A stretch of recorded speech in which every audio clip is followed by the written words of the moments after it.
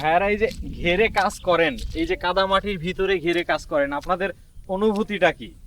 অনুভূতিটা কি, আমাদের এই দেশে আমাদের এলাকায় পাবদা মাছ চাষ হয়, আমাদের খুব ভালো লাগে। চাষিরাও বাঁচে, আমরাও জন কাটতে পারি, এইটাই ভালো লাগে। এটাই ভালো লাগে। হ্যাঁ লাভবান হওয়া যায় এখান থেকে। হ্যাঁ, লাভবান হওয়া যায়। এটা বাংলা, এটা ইন্ডিয়ায় চলে যায়, এলসিটি ইন্ডিয়ায় যায়, ইন্ডিয়ায় দাম পাওয়া যায় ভালো, বাংলাদেশে তো দাম পাওয়া যায় না, ওই জন্যই। মানুষই যদি ইন্ডিয়া এলসি বন্ধ থাকে তা খুব ক্ষতিগ্রস্ত। ওসব লোন নিয়ে, ব্যাংকের লোন নিয়ে ঘের করা, ব্যাংকের লোন নিয়ে ঘের হ্যাঁ। করা। আর এই বর্ষায় তো পানি অনেকটা বেড়ে গেছে, আমি যদি দেখাই তাহলে চারিদিকে পানি অনেক বেড়ে গেছে।